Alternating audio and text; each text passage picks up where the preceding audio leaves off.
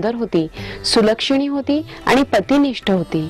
त्यांना एकूण 8 अपत्य होती, 7 पुत्र आणि त्यांच्यानंतर झालेली एक कन्या. राजा राणीने कन्येचे नाव श्यामबाला ठेवले होते.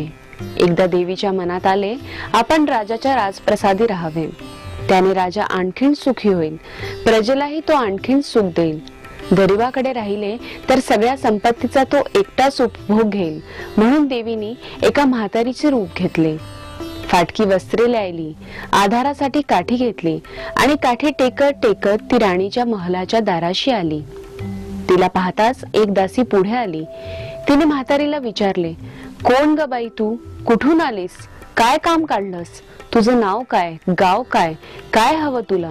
म्हातारीचे रूप धरलेली श्री महालक्ष्मी म्हणाली, माझं नाव कमलाबाई, द्वारकेला राहते मी. तुझ्या राणीला भेटायला आले. कुठे आहे ती? दासी म्हणाली,